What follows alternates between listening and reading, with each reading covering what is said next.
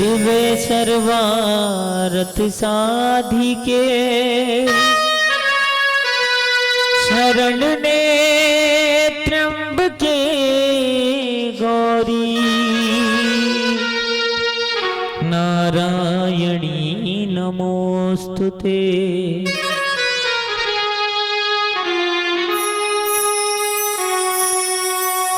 अम्बे तू है जगदम्बे काली, जय दुर्गे खप्पर वाली, तेरे ही गुण गाए भारती हो मैया।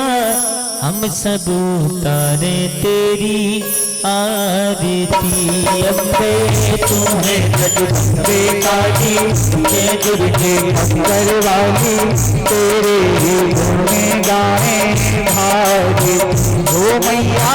हम सब उतारे तेरी आरती। अम्बे तू है जगदम्बे काली, जय दुर्गे खप्पर वाली, तेरे ही गुण गाए भारती हो मैया। हम सब उतारे तेरी आरती।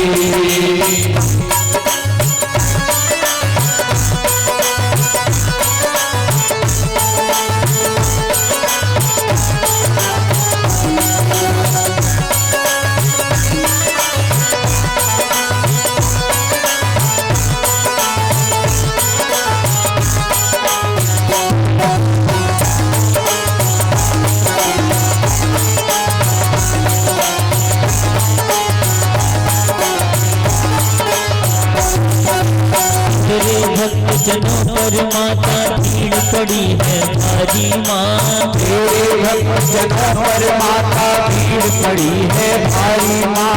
तेरे भक्त जनों पर माता भीड़ पड़ी है भारी माँ।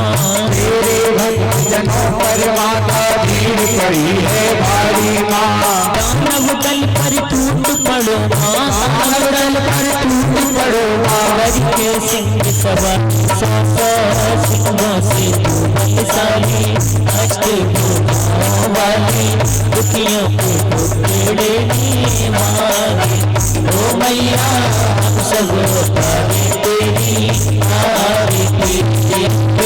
तू है जगदम्बे काली, जय दुर्गे खप्पर वाली, तेरे ही गुण गाए भारती ओ मैया। हम सब उतारे तेरी आरती।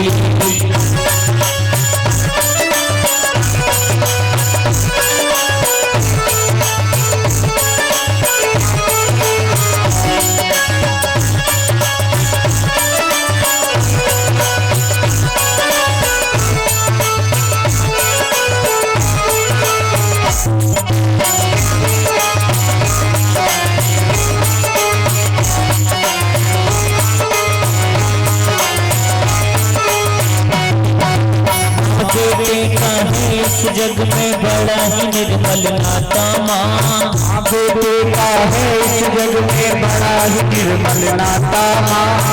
बेटे का है इस जग में बड़ा ही निर्मल नाता माँ। बेटे का है इस जग में बड़ा ही निर्मल नाता माँ।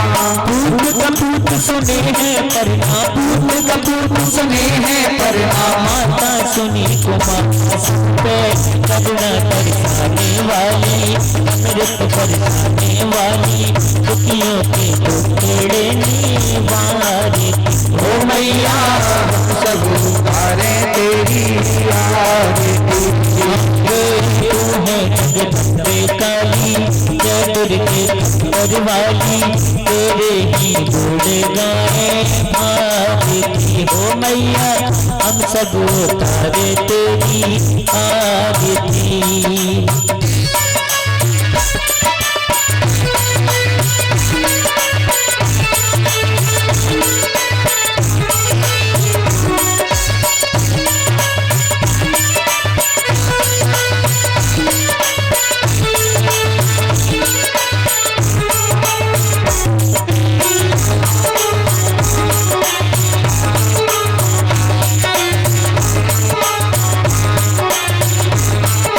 Bye. और दौलत ना चांदी ना सोना माँ। नहीं मांगते धन और दौलत ना चांदी ना सोना माँ। नहीं मांगते धन और दौलत ना चांदी ना सोना माँ। मांगते धन और दौलत ना चांदी ना सोना माँ। हमको मांगे मातिर मन में, हमको मांगे मातिर मन में एक छोटा सा बिगड़ी बताने वाली, लाज बचाने वाली, सतियों के सत्य को सवारे तू हो मैया। सब तारे तेरी तारे तेरी।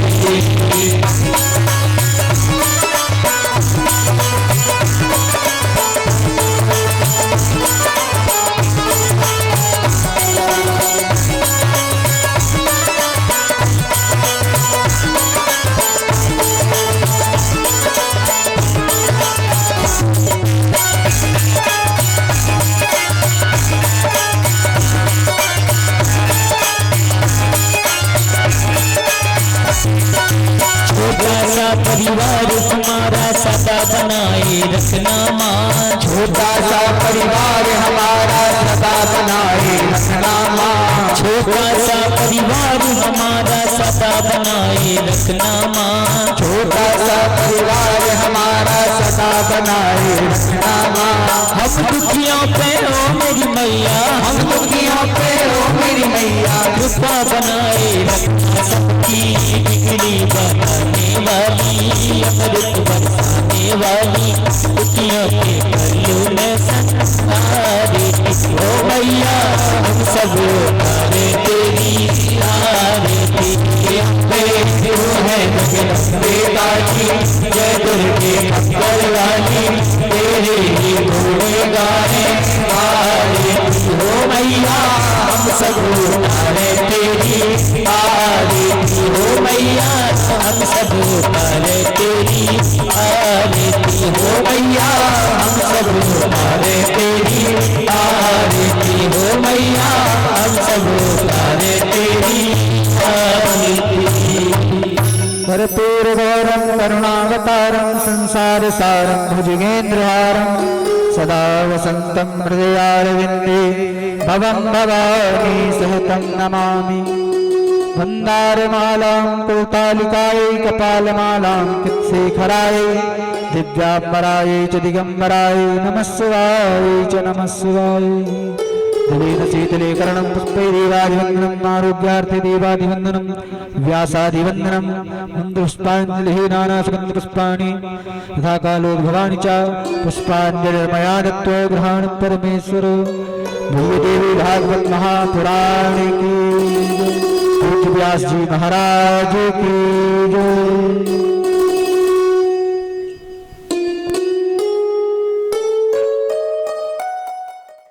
राधे राधे श्री राधे श्री राधे राधे श्री राधे राधे राधे श्री राधे राधे श्री राधे श्री राधे श्री राधे राधे श्री राधे श्री राधे राधे राधे। बोलिए जगत जननी जगदम्बा मैया की हो।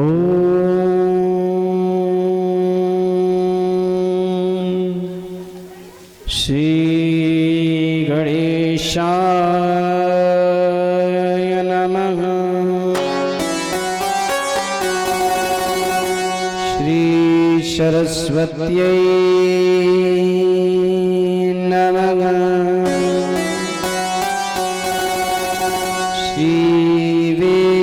पुरुषाय नमः। श्री गुरुभ्यो नमः। हरि ओम। हन हनुमते नमः। गजानन भूत गणाधिसेवितम् सेवितम् कपित्थजम्बू फलचारुभक्षणम्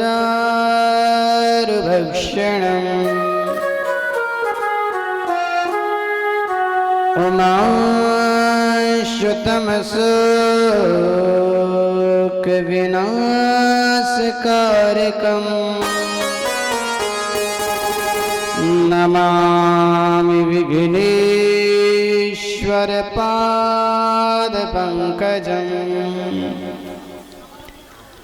लम्बोदरं गण्यम् शकलगुणनिधानं वानराणामधीशम्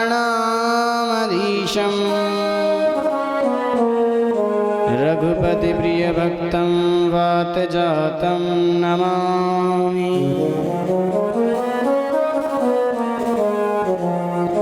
या देवी सर्वभूतेषु बुद्धिरूपेण संस्थिता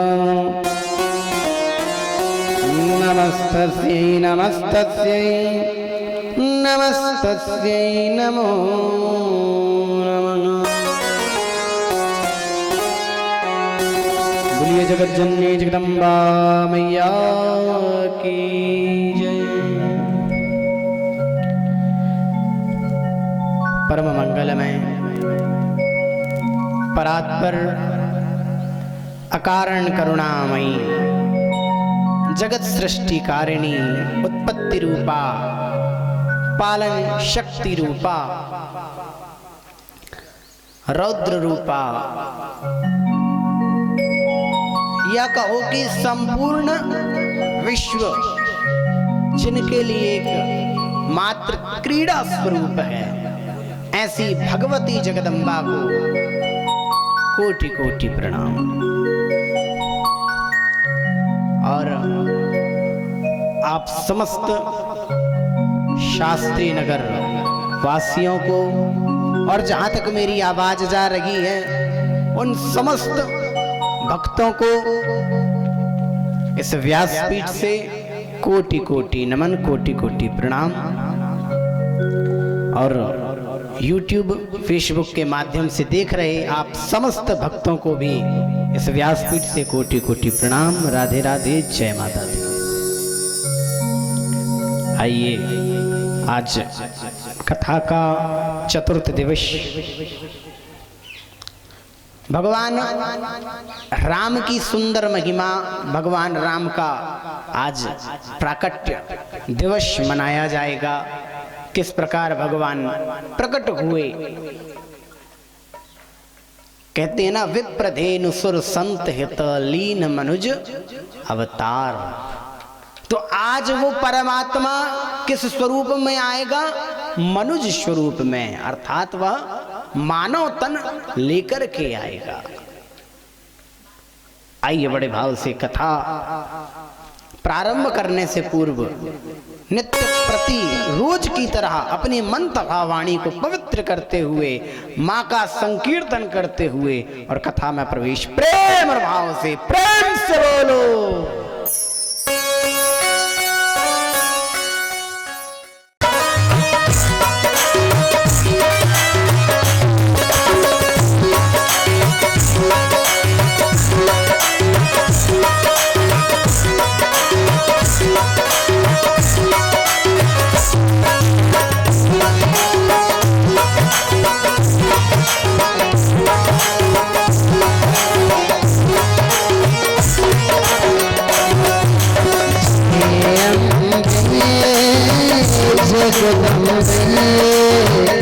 जय अम्बे मां जगदम्बे, जय अम्बे जगदम्बे, जय अम्बे मां जगदम्बे, जय अम्बे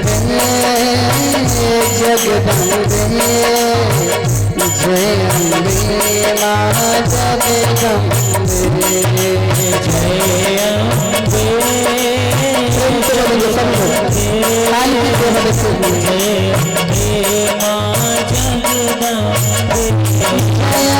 अम्बे मां जगदम्बे,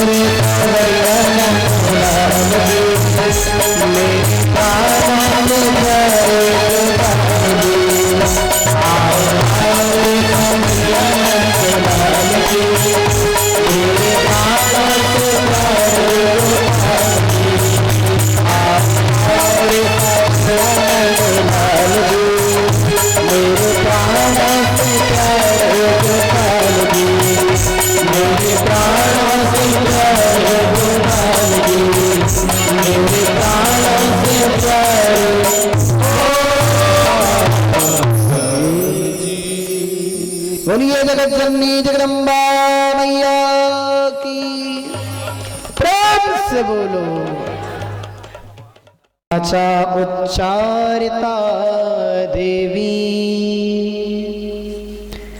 ददाति किल वांछितम् सर्वदेवार्द्रचित्ता सा वरदानाय सेविता।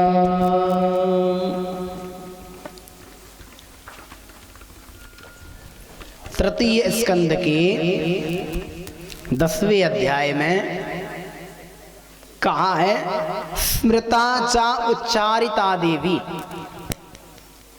कहने का भाव ये कि भगवान नाम का संकीर्तन, देवी नाम के संकीर्तन की कितनी सुंदर महिमा। तृतीय स्कंद में माता का नाम लेने से क्या होता है ये बतलाया। कितना सुंदर भाव। कहने का तात्पर्य कि लोग कहते हैं भैया ये तो बताओ, आप कहते हो कि भगवान का नाम लो, भगवान का नाम लो, जरा हमें ये भी तो बता दीजिए कि भगवान का नाम लेने में आखिर होता क्या है। सभी का प्रश्न है ना। तो बड़ा सुंदर भाव बतलाया है नाम संकीर्तन की महिमा। और हर युग में ही नहीं बल्कि कहने का भाव ये है, और तुलसीदास जी महाराज ने तो कलयुग में कितना सुंदर वृतांत बतलाया। ना जाप करने की जरूरत, ना तप करने की जरूरत, ना 8-8 घंटे बैठे रहने की आवश्यकता। केवल क्या करो,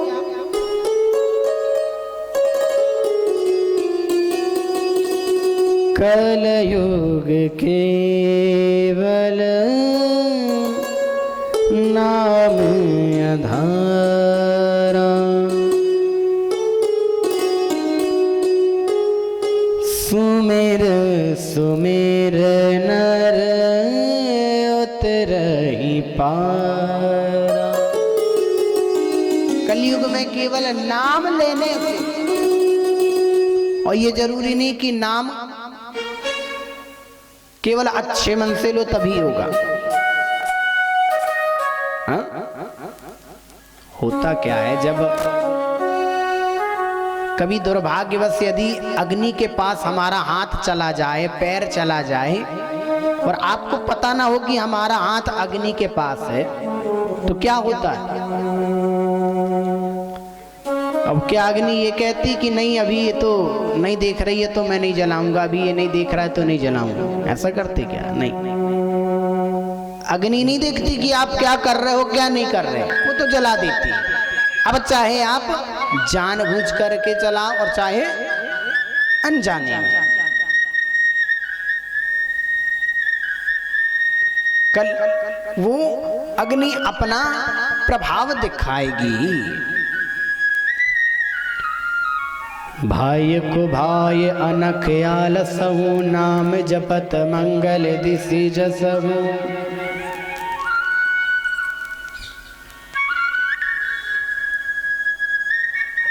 प्रश्न तो उठता होगा मन ही मन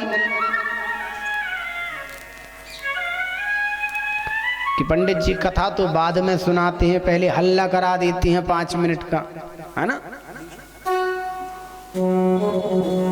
अम्मा मुंडी भी मटका रही है।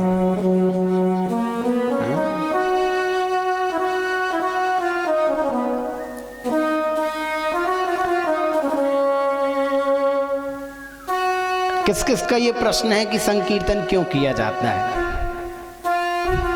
अच्छा चलो, कम से कम प्रश्न करने वाले भी तो हैं।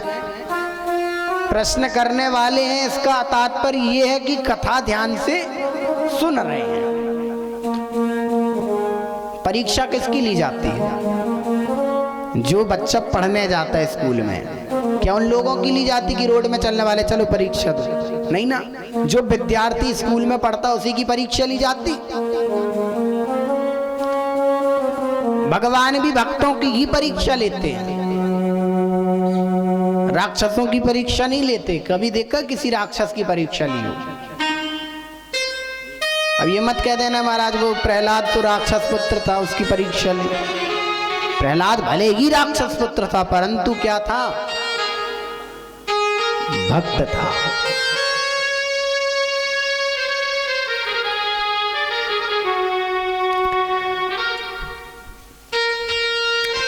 एक बार की बात है,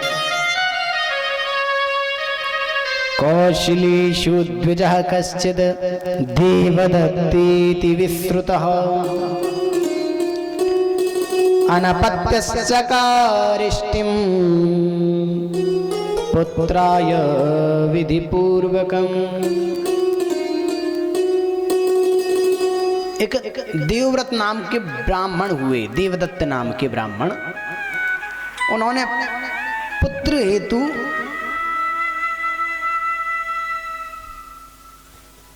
पुत्र कामेष्टि यज्ञ करवाया। अब उस पुत्र कामेष्टि यज्ञ में समस्त ऋषियों को मुनियों को बुलवाया।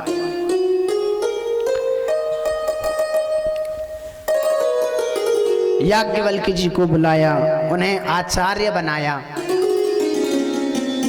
सुहोत्र को बुलाया तो उन्हें ब्रह्मा की उपाधि दी।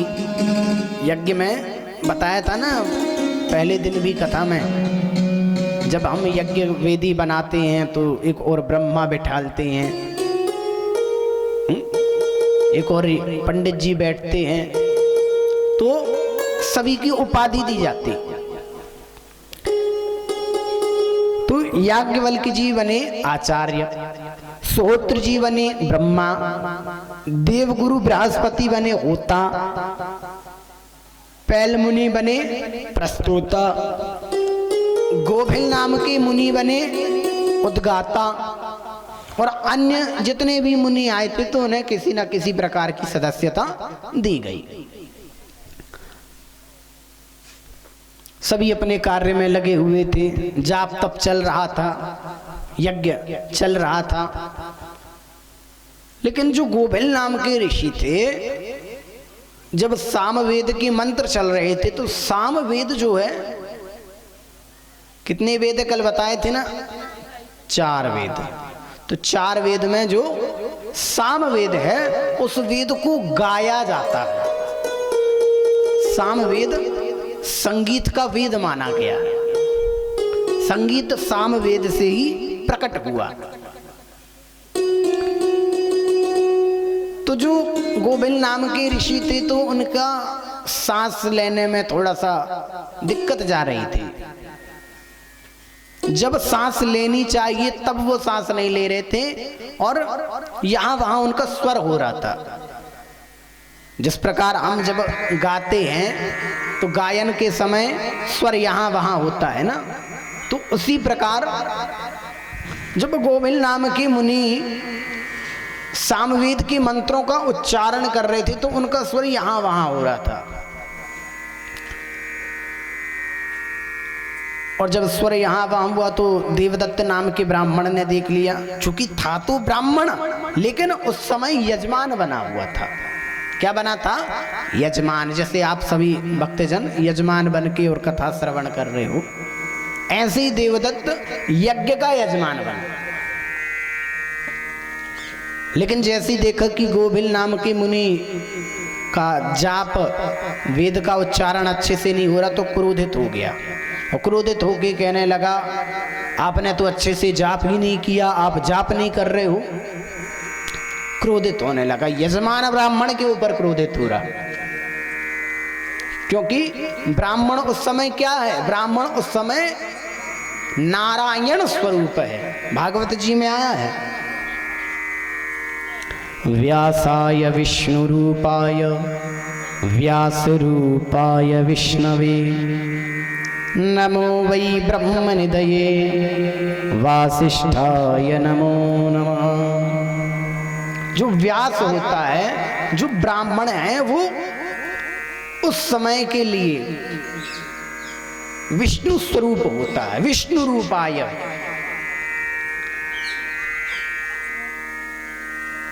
तो यजमान को ये चाहिए, ये जो कथा दर्शा रही है यजमान के लिए है ये कथा, कि जो यजमान ब्राह्मण से पूजन कराता है तो वो ये ना देखी कि पंडित जी क्या कर रहे क्या नहीं कर रहे। अरे भाई, यदि पंडित जी कुछ गलत कर रहे हैं तो भोगेंगे भी पंडित जी ही ना, उस समय आपको भोगने थोड़ी आना पड़ेगा। तो गोविंद नाम के जो मुनि थे थोड़े सयाने थे। अब सयाने होने के कारण उनकी थोड़ा सा सांस लेने में जब दिक्कत हुई, तो होता है बुढ़ापे में तो हर किसी के साथ। अब किसी बूढ़े आदमी से कहो जाओ महाराज तिलवारा दौड़ के लगा के आओ, आधा घंटा के अंदर लौट आओ, होगा? पहुंच जाए बहुत बड़ी बात है, और पूरे ही पहुंच जाए तो भी बड़ी बात है ना।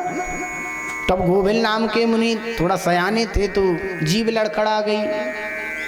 मंत्र का उच्चारण तो शुद्ध हुआ परंतु वैसे नहीं हो पाए जिस प्रकार चाहिए। कहने का भाव कि हम जब आपसे संकीर्तन कराते तो वैसे आप लोग कर नहीं पाते जैसे करना चाहिए। लेकिन क्या हम नाराज होते हैं कि कभी डंडा फेंक के मारा हो कि क्यों नहीं बोल रहे?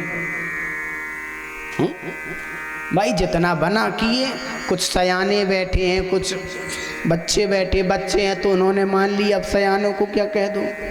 नहीं है भाई, ताकत नहीं है, हिम्मत घर वालों से लड़ने के लिए है, बाकी यहाँ पे बोलने के लिए नहीं है। प्रेम से बोलो और धीरे बोलो, बाजू वाले को भी नहीं सुनाई देना चाहिए।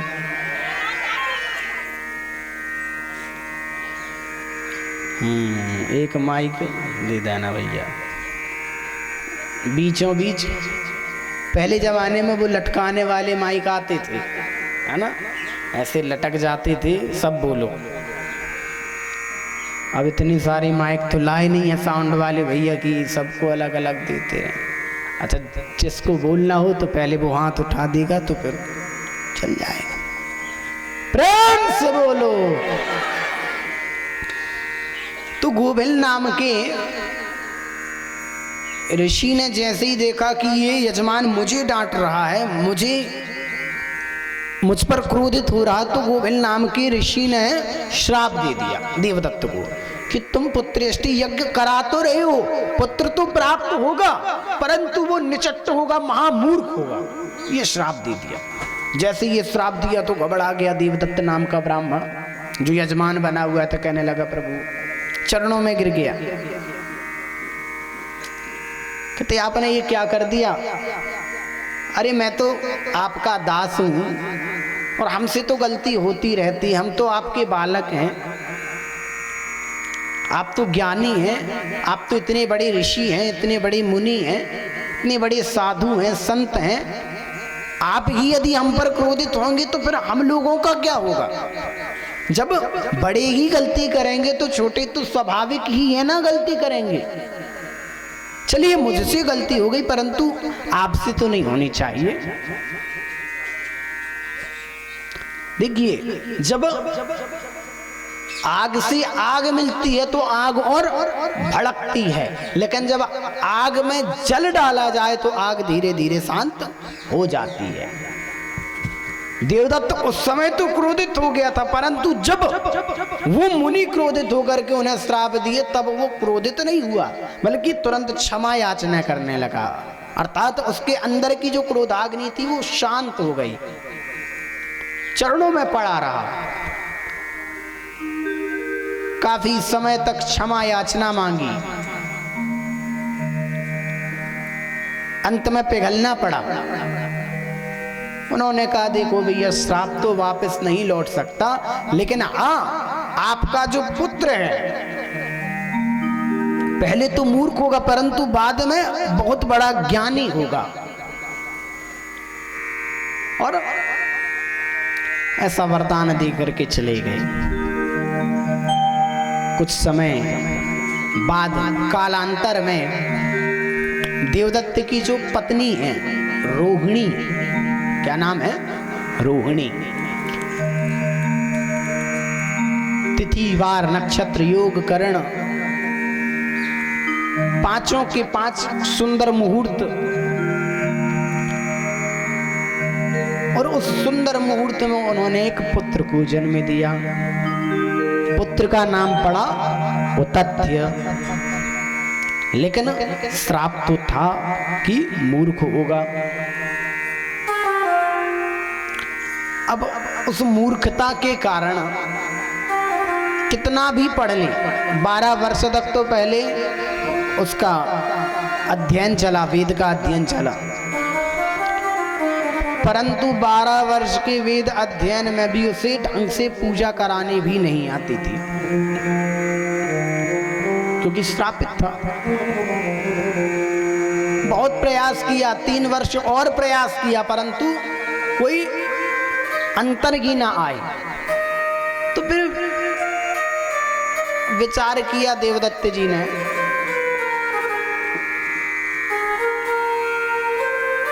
कि इसका तो पढ़ाई लिखाई में कोई असर नहीं पड़ रहा है, किसी काम का नहीं, लेकिन माता पिता तो माता पिता ही होते हैं, उसके लिए तो उनका पुत्र कुछ भी हो, लेकिन वो तो उनके लिए हीरा है ना।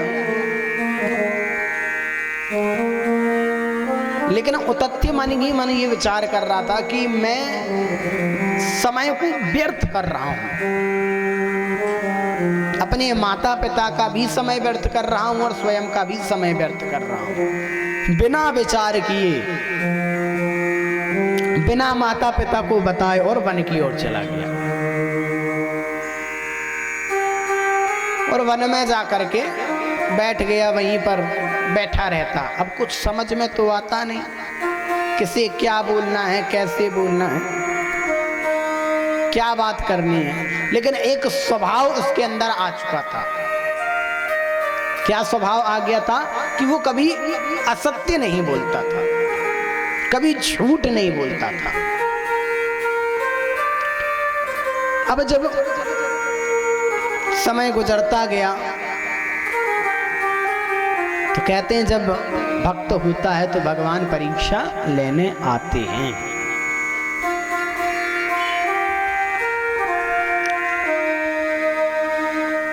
वो उतथ्य नाम का जो बालक था, धीरे धीरे वह यौवन अवस्था को प्राप्त हुआ। सत्य का पालन करता था, सत्य को ही अपनाता था, इसलिए उस उतथ्य का नाम पड़ गया सत्यव्रत। क्या नाम पड़ा? सत्यव्रत। और वही सत्यव्रत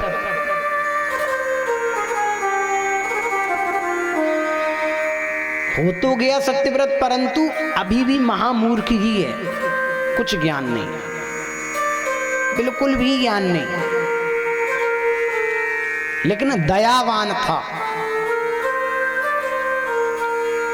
एक आखेट के लिए आया, एक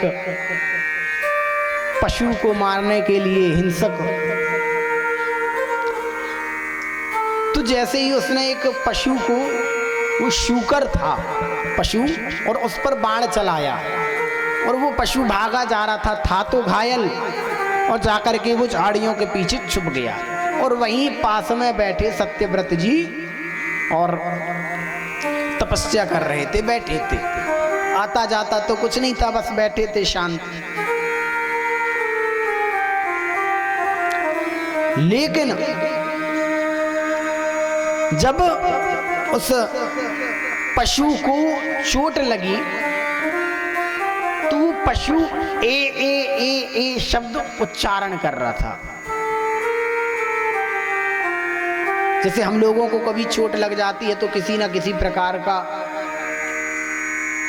जाप करने लगते हैं, उसी प्रकार वो अब चूंकि पशु था, पशु तो कुछ बोल सकते नहीं, जो उनके मुंह पर आया, जो शब्द आता उसी शब्द का उच्चारण करते, तो वो पशु जो है ए शब्द का उच्चारण कर रहा था। अब जब ए शब्द का उन्होंने उच्चारण किया उस शब्द को सुन रहा था कौन? सत्यव्रत।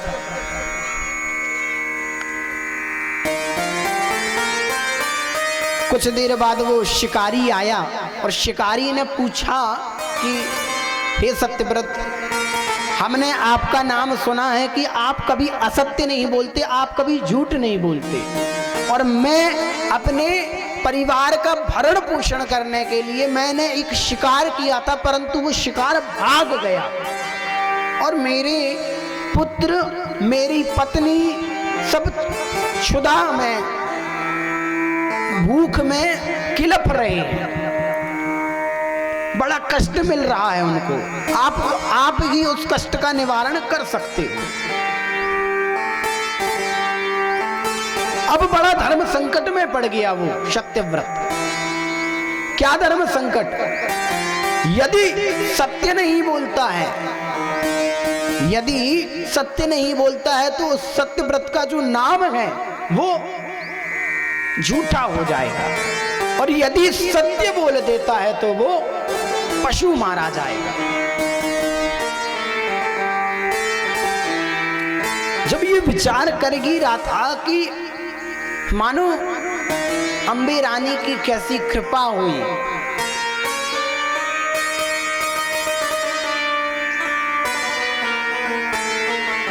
कहते हैं कि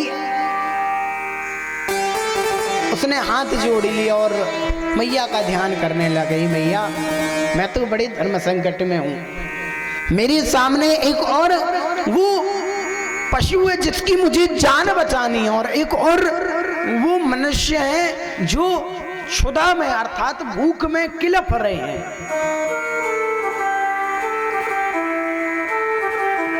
मुझे सत्य का पालन भी करना है और उस पशु को भी बचाना है, लेकिन ये संभव नहीं। क्यों? क्योंकि मैं तो ज्ञानी ही नहीं हूं। यदि मुझे कुछ ऐसा ज्ञान होता तो मैं पशु को भी बचा लेता, उनके परिवार को भी बचा लेता।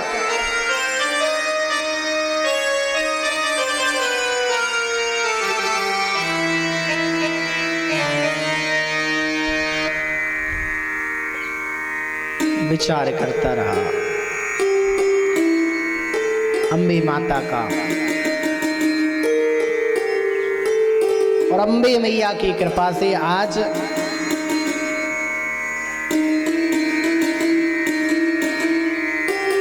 उसे ये ज्ञान हुआ कि शास्त्रों में ये कहा गया है, शास्त्रों में उसने ये सुन रखा था कि यदि असत्य बोलने पर किसी की जान बच जाए तो वो असत्य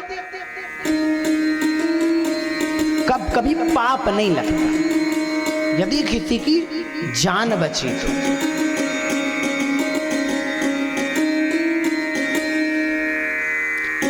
क्योंकि एक बार की बात है, भगवान कृष्ण ने कुछ स्थानों पर असत्य को भी स्थान दिया कि असत्य कहां कहां बोला जा सकता है।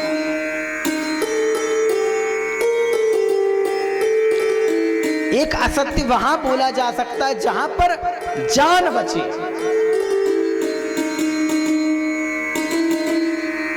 एक असत्य वहां बोला जा सकता है जहां पर किसी का उद्धार हो सके।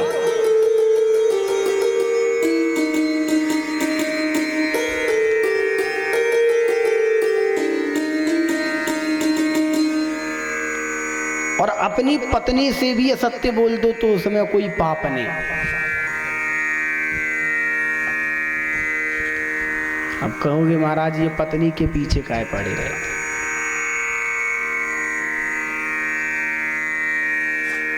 पत्नी ही नहीं बल्कि नारी जाति से यदि आप असत्य बोल भी देते हो तो उसमें कोई दोष नहीं। क्यों? क्योंकि नारी जाति महाराज है ही ऐसी, श्रापित है ना, श्राप है उन्हें युधिष्ठिर जी महाराज का। यदि हमें कोई बात बतलानी हो, यदि हमें शास्त्री नगर में यदि कोई बात बतानी हो तो इतना बस कह दो माता राम को जाके कि मैया बा ने ऐसी कही थी, लेकिन कौन से कहियो मत। जैसे ये शब्द कहा नहीं कि पेट में दर्द चालू, जब तक किसी से कहना दें तब तक पचेगा ही नहीं महाराज, पेट खराब हो जाए कहो। तो उस स्थान पर पत्नी से भी यदि छुपाने में यदि कोई ऐसी बात है तो उसे छुपा करके रखो, उसमें कोई दोष नहीं।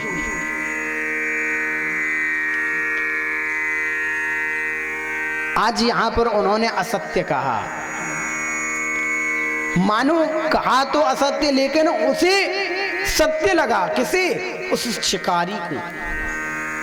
क्यों? क्योंकि वह शिकारी यह जानता था कि यह सत्यव्रत कभी असत्य नहीं कहते।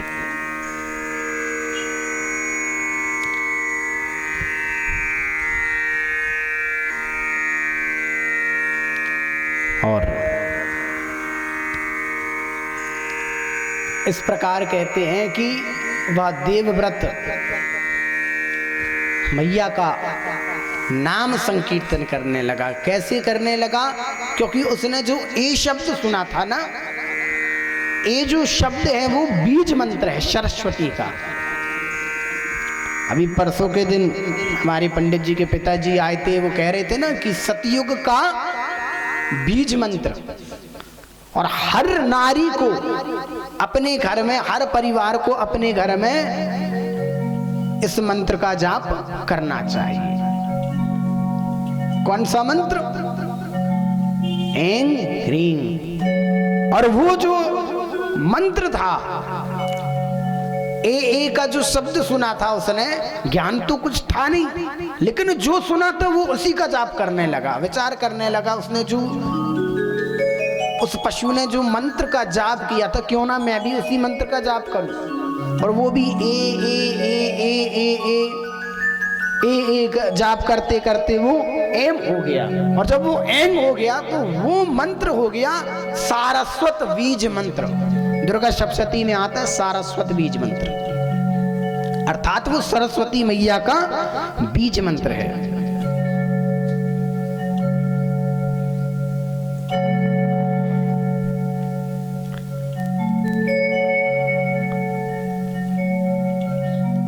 बस वो उस मंत्र का जाप करता रहा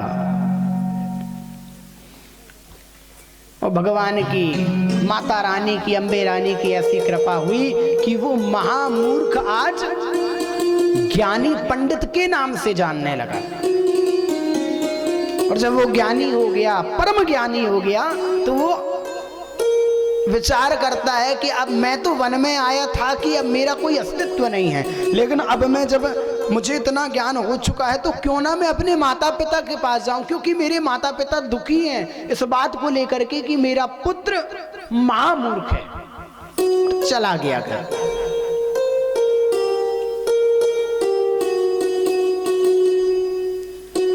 हे अम्बे रानी मेरे जीवन में ऐसा भी कोई शुभ दिन आए। हे अम्बे रानी मेरे जीवन में ऐसा भी कोई शुभ दिन आए। हे मैया रानी मेरे जीवन में ऐसा भी कोई शुभ दिन आए। हे मैया रानी मेरे जीवन में ऐसा भी कोई शुभ दिन आए। तेरी याद में व्याकुल हो जाओ इतना, असुवन की यमुना बह जाए। तेरी याद में व्याकुल हो जाओ इतना, असुवन की धारा बह जाए। अम्बा रानी मेरे जीवन में ऐसा भी कोई शुभ दिन आए। अम्बा मेरे जीवन में शुभ दिन आए।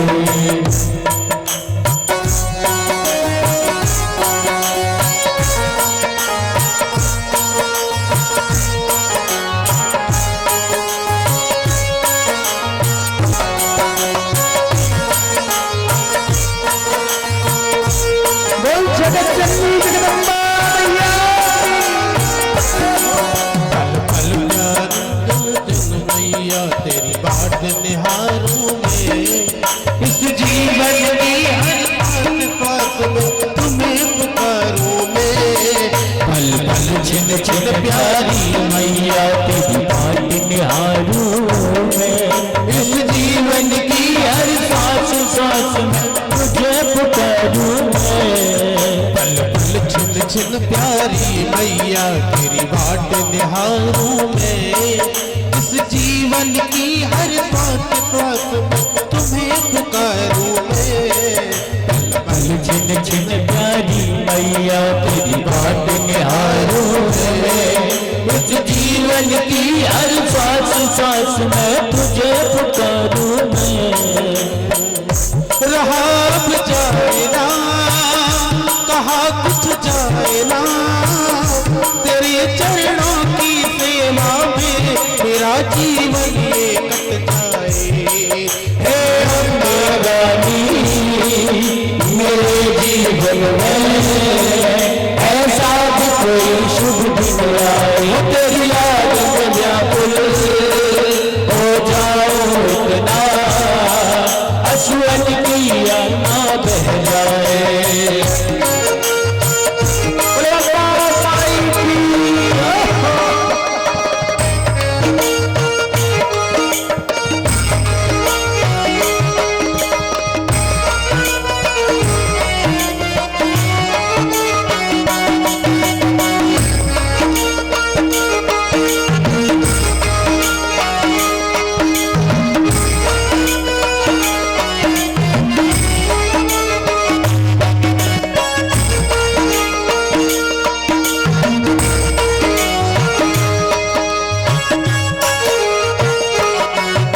इतना मैं वियोगी बन जाऊं, सदबुद हो जाऊं सारी, मूर्छित पड़ा रहूं तेरी रज में, मन कर तेरा दरस भिखारी। इतना योगी में बन जाऊं सदबुद हो जाऊं सारी, मूर्छित पड़ा रहूं तेरी रज में, मन के तेरा दरस भिखारी। रहा मुझ जाए ना, सहा कुछ जाए ना, तेरे चरणों की सेवा में मेरा जीवन ये कट जाए। हे रानियाना मेरे जीवन में ऐसा भी कोई शुभ दिन आए, तेरी याद में व्याकुल हो जाऊं इतना अश्वन की यमुना बह जाए। हे रानियाना मेरे जीवन में ऐसा भी कोई शुभ दिन आए। हे अम्बा रानी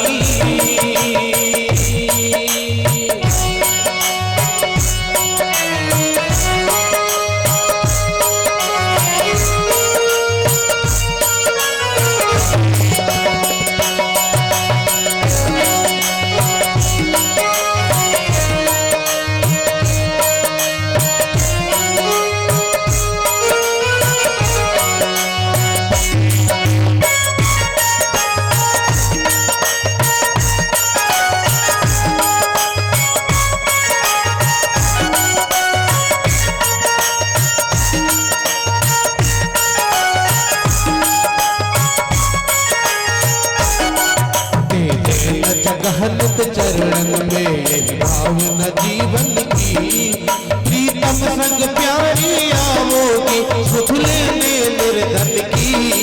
दे देना जगह निज चरणन में यही भावना जीवन की, प्रीतम संग प्यारी आओगी लेने निर्धन की।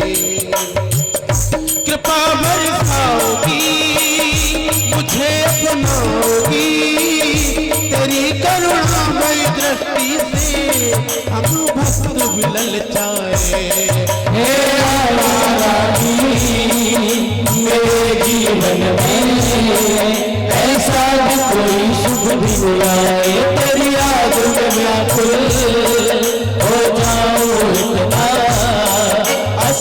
की यारा बह जाए रानी मेरे जीवन में ऐसा भी कोई शुभ दिन आए, ऐसा भी कोई शुभ दिन आए, ऐसा भी कोई शुभ दिन। बोलिए अम्बे रानी की जय।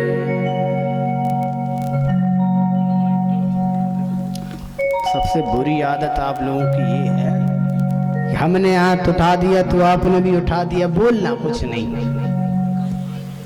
बोल दिया करो।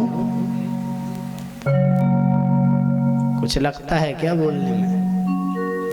प्रेम से बोलो, थोड़ा और धीरे बोलो।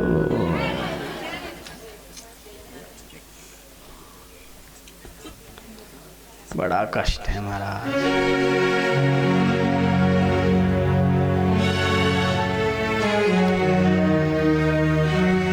सत्य धर्म और पवित्रता, क्षमा दया बल जाए, आयु स्मरण शक्ति घटे, और ज्यों ज्यों कलयुग आए। ये क्या चल रहा है? कलयुग। कलयुग में इतनी चीजें स्वाभाविक है घटनी। सत्य, सत्य नहीं बचा, धर्म नहीं बचा, पवित्रता नहीं बची।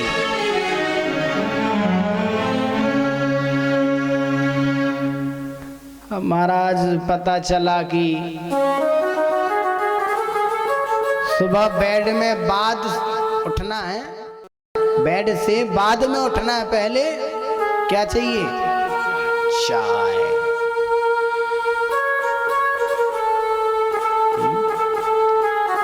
पहले हमारे सनातन धर्म में जब उठा करते थे तो सर्वप्रथम पृथ्वी मैया को स्पर्श करते थे, उनके पैर छूते थे। क्यों? हे पृथ्वी मैया, आज पता नहीं हम कितने ही पाप करने वाले हैं, जाने में अनजाने में आपके ही ऊपर, तो हमें क्षमा करना। फिर दोनों हाथों को जोड़ते थे। दोनों हाथ जोड़ते क्यों हैं? ताकि जो हमारे दोनों हाथों की रेखाएं हैं वो यदि कोई उल्टी सीधी हो तो वो ठीक हो जाए, ताकि कोई पंडित जी हाथ देखें तो वो ये ना कहे भैया 5 साल बाद तो काम खत्म है, तुम आओ, है ना? तो वो रेखा सीधी रहे, बढ़िया रहे। तो कौन सा मंत्र जाप करते थे उस समय? श्लोक कहा जाता था, कराग्रे वसते लक्ष्मी, कर मध्य सरस्वती। हमारे ही हाथ में तीनों देवियां विराजमान हैं। देवी भागवत चल रही ना, इसलिए बता दूं, कहीं नहीं गई मैया, हाथ में ही है।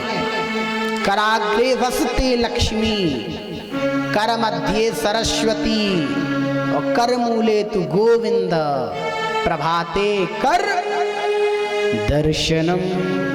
प्रभात में आपको मंदिर जाने की भी आवश्यकता नहीं। कुछ लोगों की आदत होती कि सबसे पहले भगवान को देखेंगे, बाद में कुछ काम करेंगे। देखो भगवान को तो देखो, क्योंकि उन्हें देखना तो अति आवश्यक है। उनके दर्शन करना भी बहुत जरूरी है।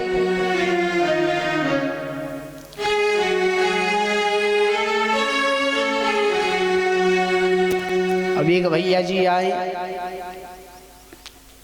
और हमसे कहने लगे, पंडित जी ये बताओ, आप ही कहते रहते हो भागवत में, पुराणों में कि भगवान तो सर्वत्र है, तो हम फिर मंदिर ही क्यों जाते हैं दर्शन करने के लिए? जब भगवान सर्वत्र है, हमारे अंदर ही भगवान है, तो हम मंदिर क्यों जाते हैं? कहा ये भी ठीक है।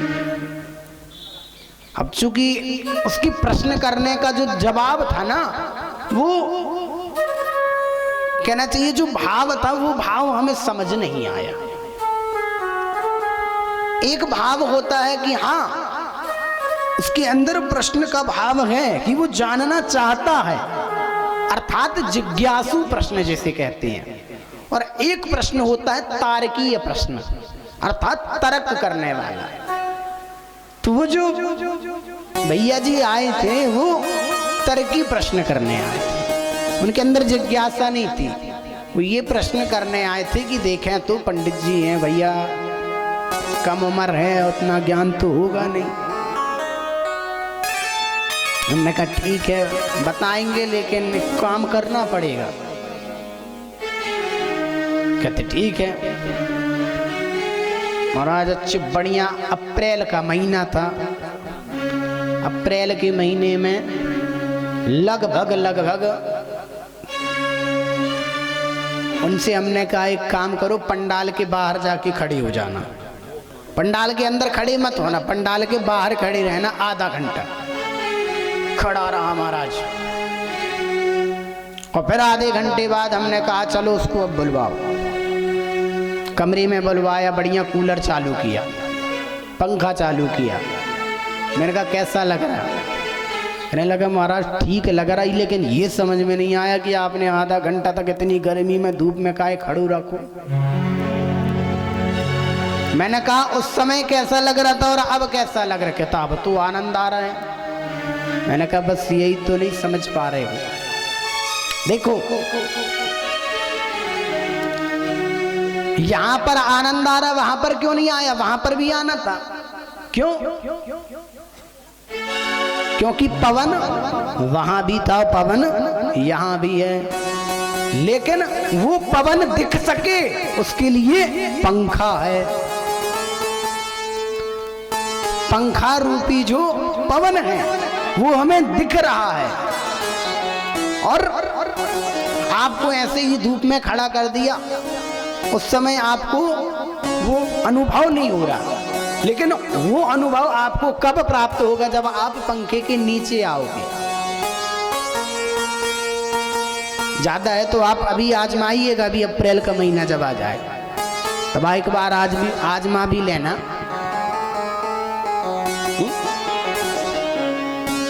तो जिस प्रकार पवन का अनुभव, जिस प्रकार वायु का, जिस प्रकार हवा का अनुभव हमें पंखे के नीचे आकर के होता है, उसी प्रकार परमात्मा का अनुभव हमें मंदिर जाकर के मिलता है। जब आप मंदिर जाते हैं तो स्वतः ही आपके हाथ जुड़ जाते हैं, माथा झुक जाता है।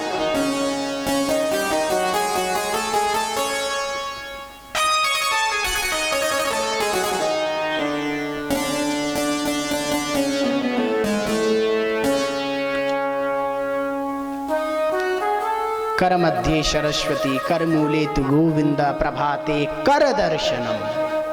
तो प्रभात में किसका दर्शन करना है? कर दर्शनम।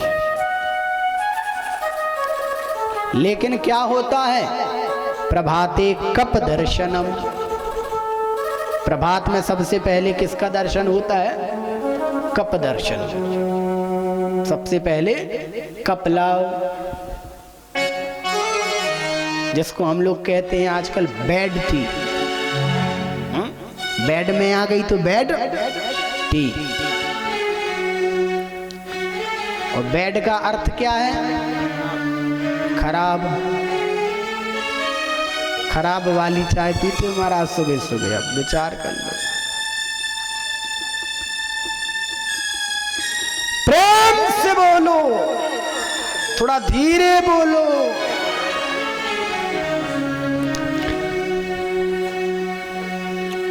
कहते हैं एक बड़ी सुंदर कथा है।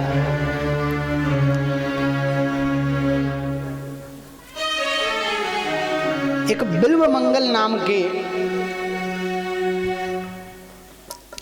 भक्त थे। भक्त तो नहीं थे, लेकिन उनका नाम भक्त रख दिया गया। क्यों रख दिया गया? कुछ ना कुछ तो कारण होगा। तो वो भक्त जी की एक बहुत बुरी आदत थी। उनका विवाह तो हो चुका था, परंतु फिर भी उनकी एक सबसे बुरी आदत ये थी कि वो परस्त्री पर ज्यादा नजर डालते थे। अर्थात कहने का भाव ये है कि पराई स्त्री पर ज्यादा नजर रहती थी। और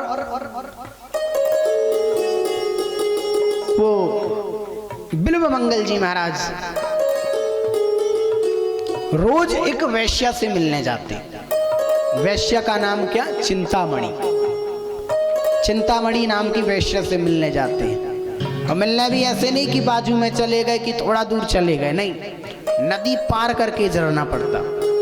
वो उस वैश्या के मुंह में इतना रहता था कि एक दिन तो क्या हुआ कि जब नदी पार करने को हुआ तो नदी इतनी जोर से, कहना का भाव ये कि इतनी तेजी गति से इतनी बाढ़ आ चुकी थी उस नदी में, लेकिन फिर भी उसे बिल्कुल भय नहीं लगा।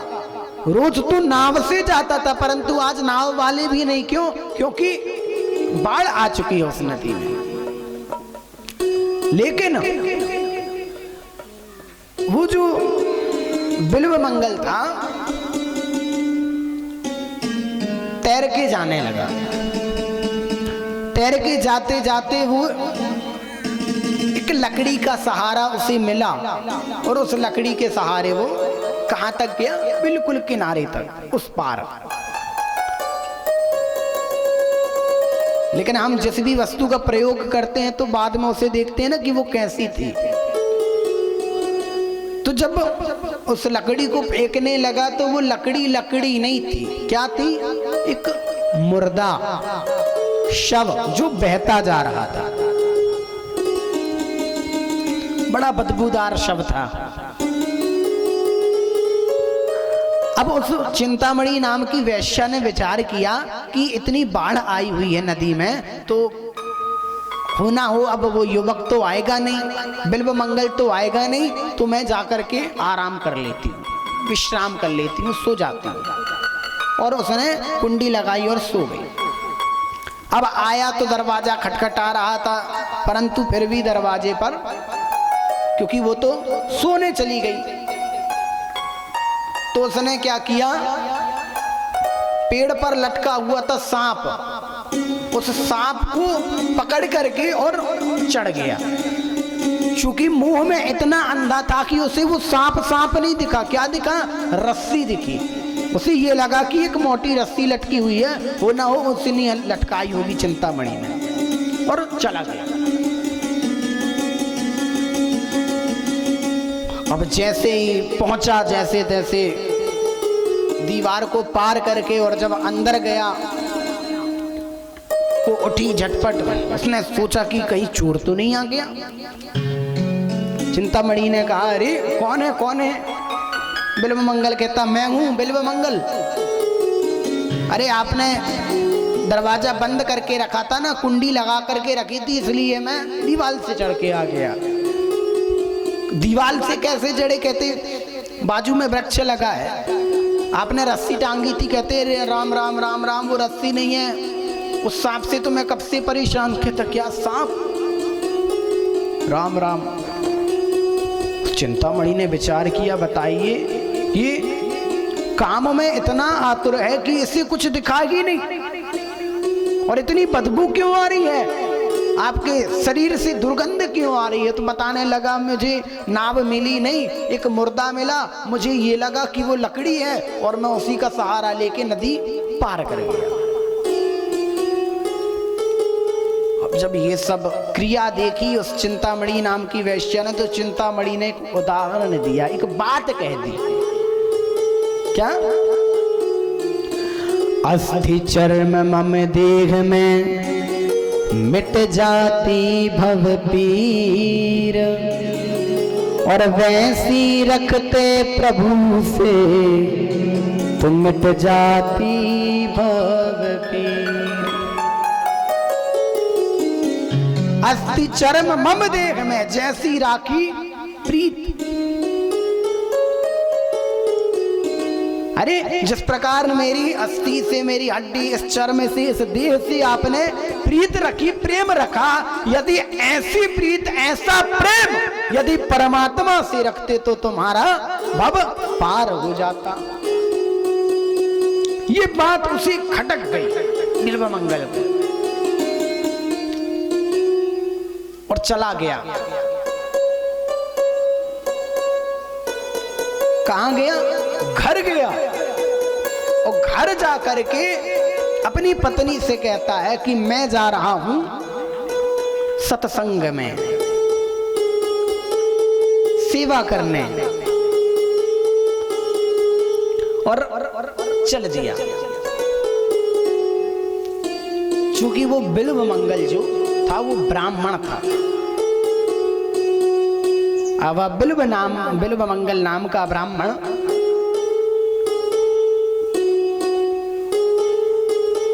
एक मंदिर में जाकर के सेवा करने लगा। पहले तो उसने गौशाला में सेवा की, लेकिन जो पुजारी जी थे, तो पुजारी जी ने जैसे ही उनका तेज देखा, उनका मुखारविंद देखा, समझ गए, कहने लगे हो ना हो ये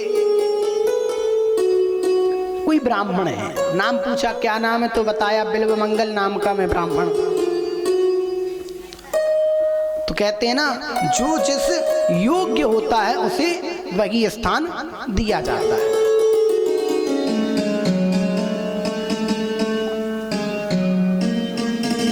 और देखिए बनी सी बात है महाराज, हमारा यदि कोई नात रिश्तेदार होता है तो ही हम उसे अपने घर के अंदर प्रवेश करने देते हैं। कोई अनजान हो तो उसे घर में प्रवेश करने नहीं देंगे, बाहर ही बात करेंगे, पहले भैया बताओ कौन हो, कहां से आए हो। लेकिन यदि कोई रिश्तेदार है तो वो बिना बताए बस बता देगा मैं आ गया हूं। और ऐसे ही पुजारी जी ने बिल्व मंगल को प्रवेश करने नहीं दिया। पहले उससे पता पूछा सब। जब जान गए कि हाँ ये तो परमात्मा का रिश्तेदार है,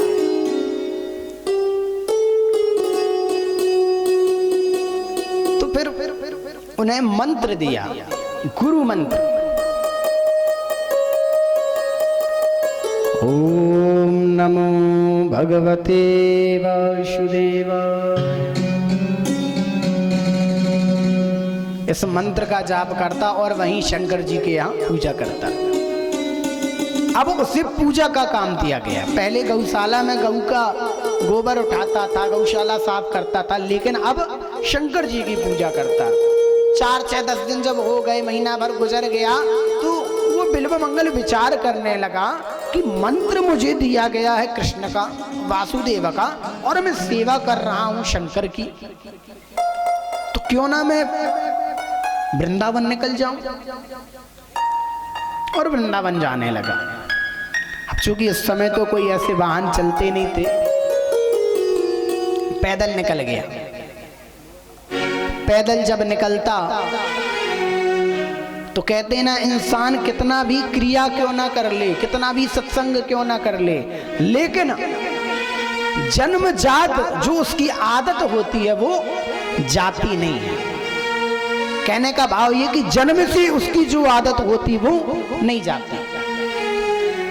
अब बिल्व मंगल बन तो गया, ब्राह्मण जन्म से भी था, कर्म से भी उसने प्रयास किया, जाप भी करता, तप भी करता, पूजन भी करता, पाठ भी करता।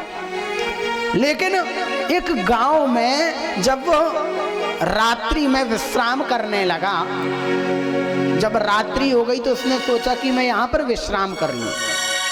तो जिस जगह जिस ओर वो विश्राम करने गया, उसी जगह सामने एक घर था। वहां पर एक सुंदर युवती गई, उस घर में प्रवेश की, तो बिल्व मंगल भी पीछे चल दिया। अब जब बिल्व मंगल पीछे गया, चूंकि साधु तपस्वियों का तो उसने भेष बनाया था, पहुंच गया। जैसे ही घर पर पहुंचा, घर में पहुंचने के बाद बिल्व मंगल ने दरवाजा खटखटाया, बाहर एक आदमी निकला, पूछा यहाँ पर एक स्त्री रहती है, वो कहाँ गई। कहने लगा आपको क्या काम। अब किसी भी इंसान से उसकी पत्नी के बारे में पूछो तो जरा विचार करो कैसा लगेगा। कहते हाँ हाँ वो आपकी पत्नी, उसे बाहर भेजिए। आ गई पत्नी। कहते नहीं नहीं ये नहीं, अरे एक और युवती है। कहते अच्छा अच्छा तुम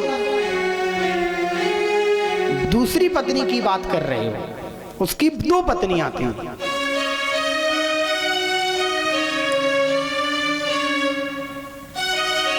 उस बिल्व मंगल ने बिना विचार किए क्या शब्द कह दिया कि आपके पास तो दो दो पत्नियां, एक पत्नी मुझे दे दो और मुझे वही पत्नी दो जो जिसे मैंने देखा। अब उस आदमी को बड़ा क्रोध आया और क्रोध के आवेश में आकर के उसने कुछ कहता कि बिल्व मंगल समझ गया भैया यहां पर बात नहीं बनने वाली, और फिर विचार करने लगा थोड़ी देर खड़े होकर के कि मैं आखिर ये कर क्या रहा हूं। मुझे मंत्र मिला, मैं तो वृंदावन जा रहा था, लेकिन फिर भी भगवान क्या, आखिर मेरे अंदर ये दोष क्यों है और ये दोष नष्ट कैसे हो।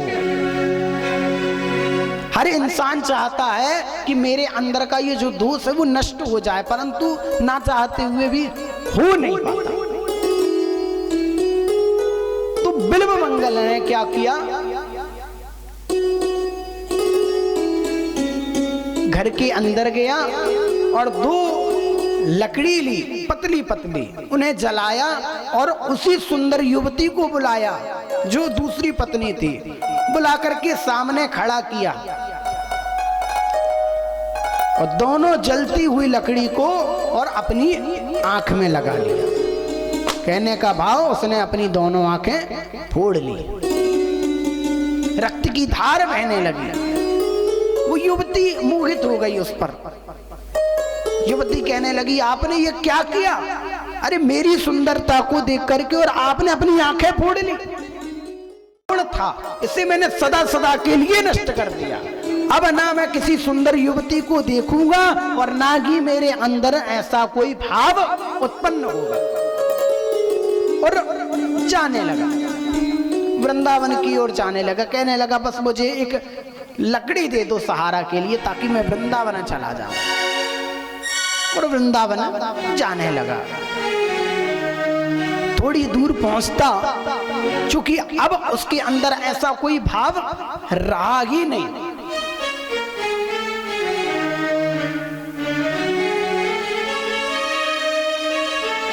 और चलते गया, थोड़ी दूर पहुंचता, थक जाता। यदि इंसान अंधा ना हो तो वो कहीं पर भी मांग के खा सकता है, लेकिन जो अंधा है तो वो किससे मांगेगा। अरे अच्छे खासे लोगों को तो लोग भगा देते हैं घर से, फिर तो वो अंधा था, कहाँ जाता, कैसे अग्नि जलाता, कैसे रसोई बनाता। कहते ना जिसका कोई नहीं होता उसके ऊपर वाले होते हैं। चलता गया, भगवान ने देखा भैया ये तो वृंदावन आ रहा है, इसने तो सब कुछ छोड़ दिया। चलते चलते चलते चलते अब भगवान कृष्ण उसके साथ आ गए। कन्हैया साथ में है परंतु उसे आभास नहीं। कन्हैया एक बालक का रूप धारण करके आए और कहने लगे दादाजी आप कहो तो मैं आपको वृंदावन छोड़ दूं। अरे मेरे पास तो बैलगाड़ी भी है। बिल्व मंगल कहने लगे नहीं नहीं हमें बैलगाड़ी में नहीं जाना, हमें तो पैदल जाना है।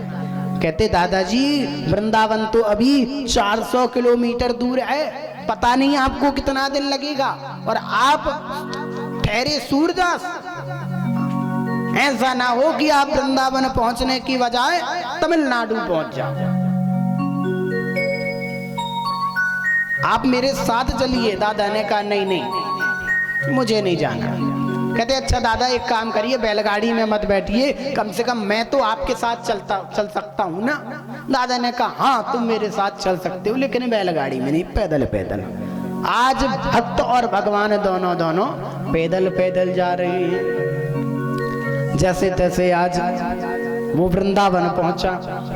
वृंदावन में बांके बिहारी के सामने और खड़ा हो गया, और खड़े होकर के आज बिल्व मंगल भगवान से ही भगवान की छवि पूछ रहा है। कहता भैया बताओ तू कैसी छवि है। बिल्व मंगल कि उस प्रश्न से भगवान मन ही मन विचार करते देखो मेरी ही छवि को मुझसे ही पूछ रहा है, अब मैं क्या बताऊं। बिल्व मंगल कहता है, आज ये तो बता दो कि कन्हैया ने कौन सा वस्त्र पहन रखा है, कौन सी कलर की मुरली पकड़ी हुई है, उनका पीतांबर कैसा है, उनका पटका कैसा है, उनकी बगलबंदी कैसी है।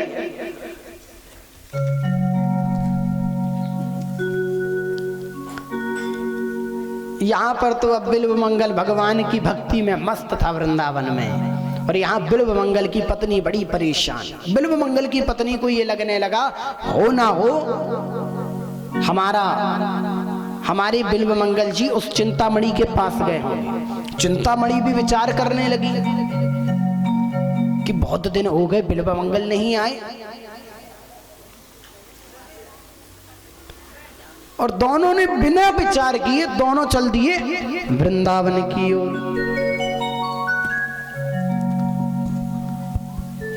आज यहां पर बिल्व मंगल और वृंदावन में आ रही हैं कौन?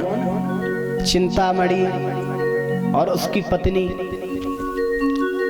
बिल्व मंगल की पत्नी भी है और चिंतामणि भी है, दोनों वृंदावन में जाकर के मिल गई। अब वो बिल्व मंगल भी भगवान की भक्ति में मस्त, लेकिन कहते ना भगवान तो परीक्षा ले ही रहे थे। भगवान ने कहा बिल्व मंगल अब तेरी परीक्षा पूर्ण हुई, और भगवान जो बालक रूप में आए थे, केवल भगवान ने बिल्व मंगल के नेत्रों में अपना अंगुली लगाई है कि बिल्व मंगल की दोनों आंखें पुनः लौट आई। बोलिए भक्तवत्सल भगवान की।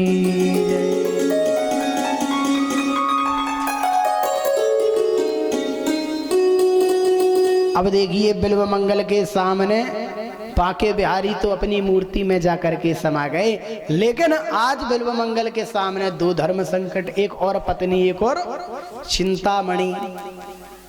चूंकि पत्नी को पता है कि चिंतामणि के पास ये आते हैं, और चिंतामणि को भी पता है कि इसकी पत्नी ये है।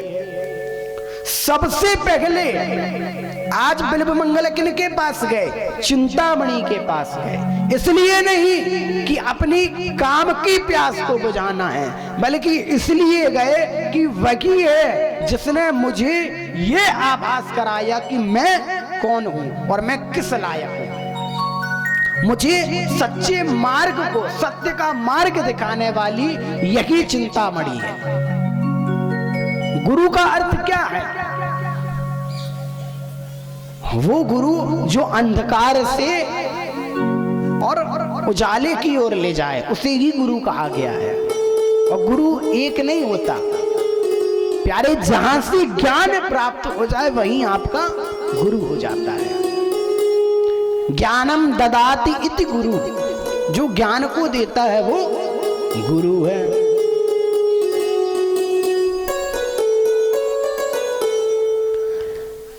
सारे तीर्थ धाम आपके चरणों में, हे गुरुदेव।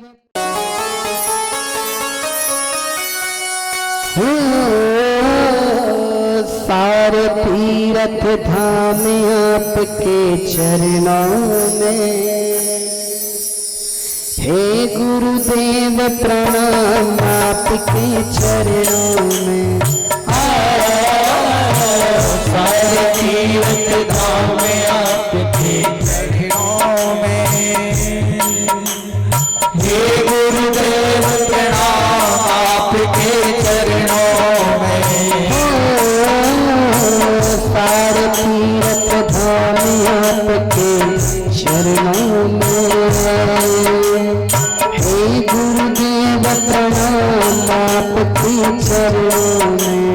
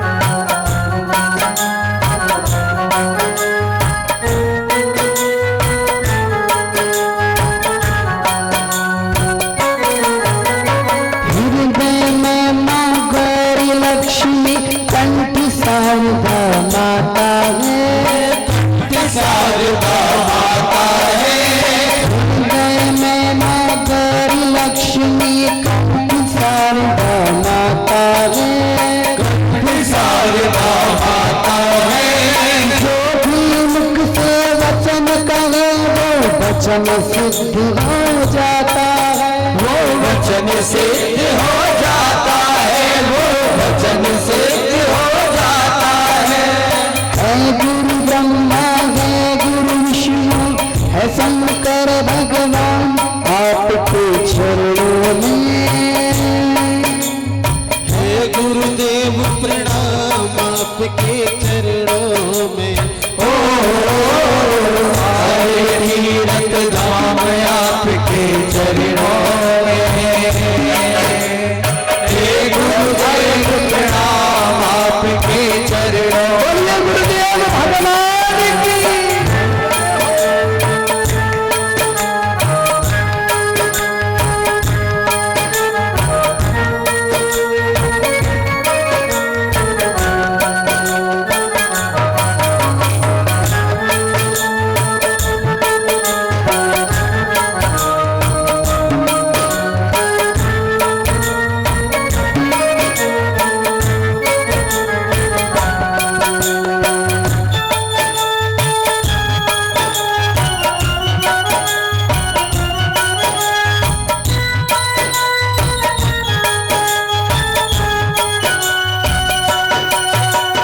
जन्म के दाता मात पिता है आप कर्म के दाता है, आप कर्म के दाता हैं, आप कर्म के दाता है, आप कर्म के दाता हैं। आप मिलाते हैं ईश्वर से आप ही भाग्य विधाता है। आप ही भाग्य विधाता है, आप ही भाग्य विधाता है। ओ जन्म के माता माता पिता है आप कर्म के दाता है। आप मिलाते हैं ईश्वर से आप ही भाग्य विधाता है।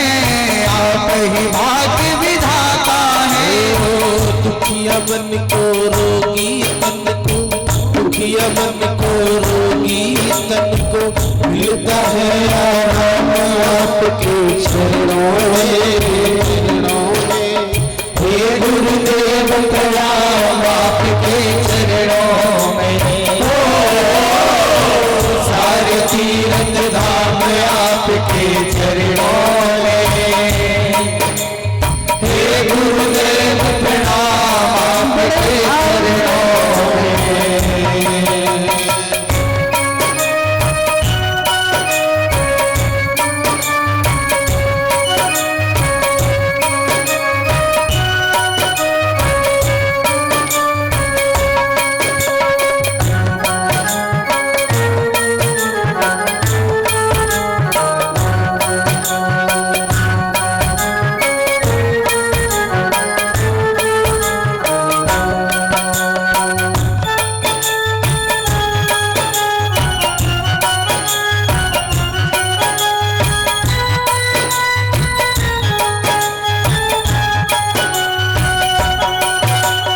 निर्बल को बलवान बना दो मूर्ख को तुम गुणवान प्रभु।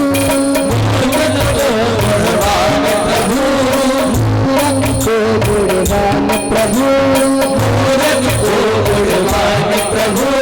देव कमल और वंशी को ही ज्ञान का दो वरदान गुरु।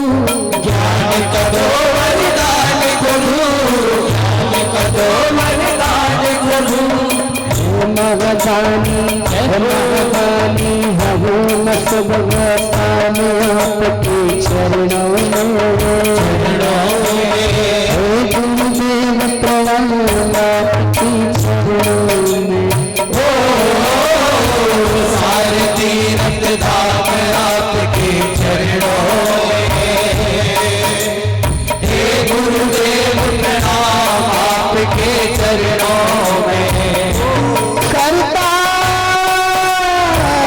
करे न कर सके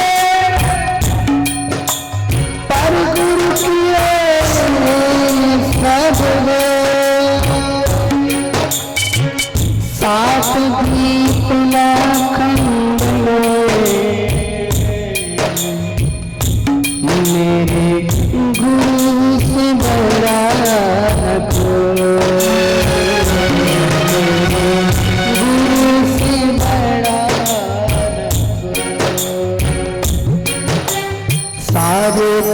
तीरथ धाम आपके चरणों में, ओ गुरुदेव प्रणाम आपके चरणों में। सारे तीरथ धाम आपके चरणों में,